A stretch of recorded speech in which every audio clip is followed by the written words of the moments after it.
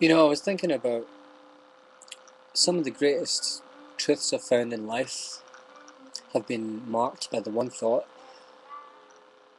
and that thought is that, wow, I can't believe it was that simple. I knew this all along, or I suspected it, but who would have thought something that's so ridiculously simple that I would just never have thought of it? You know the kids' game Monopoly? Albert Einstein, I like the way he would be talking about physics or about mathematics or whatever, and then go from something fairly technical to something man, about a child's game or sitting in his boat, fishing or whatever, And the biggest lies are always right out there in the open.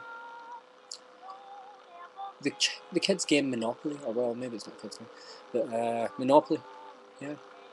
The word monopoly, that's something that there was a commission in America to stop happening because the idea, it's almost a communistic idea that a few men can control everyone else in order, or a market. Everybody needs bread. If I'm the only guy that's got bread, you'll pay whatever I say. I'm controlling you as slaves. Isn't it? It's completely un-American.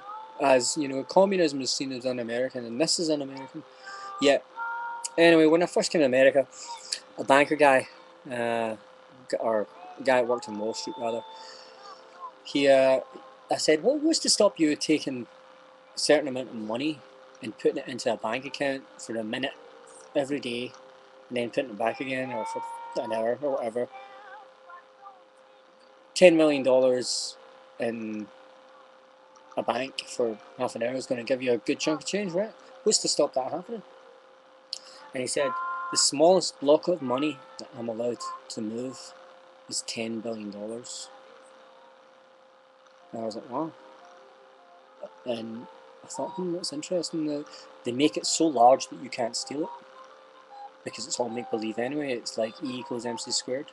You can't actually physically see that. You can only think of it in a third party way, in the same way that any theology, theosophy, whatever you want to call it, any theory of the meaning of life, the time space continuum, God, or whatever way you want to put that, it is all interpretation. Interpretation is the only truth.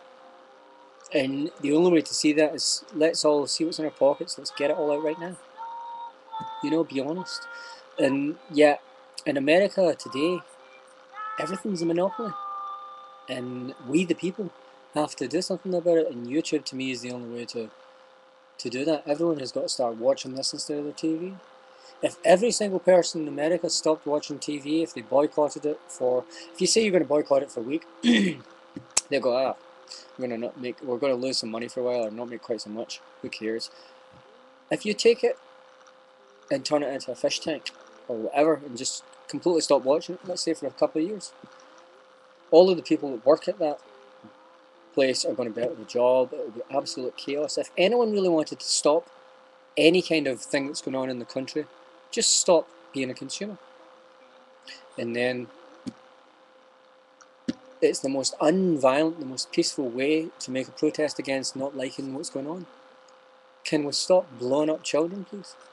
Because it's not their fault, and it's not their responsibility to pay for our fathers and our fathers' fathers' fathers' mistakes. On my thing there, it says something about life's about what you leave, not your children, but your children's children. If I have one thing left in life I'd like to do before I die, it's to plant an avenue of trees that I'll never see look beautiful. And 100 years after my death, maybe someone would wander along and think, this is incredibly beautiful, this has been here such a long time. I wonder who planted it. And no one will know.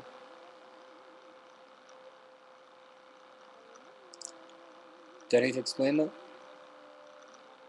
I think I've got somewhere else where I say that I need to explain about the trees.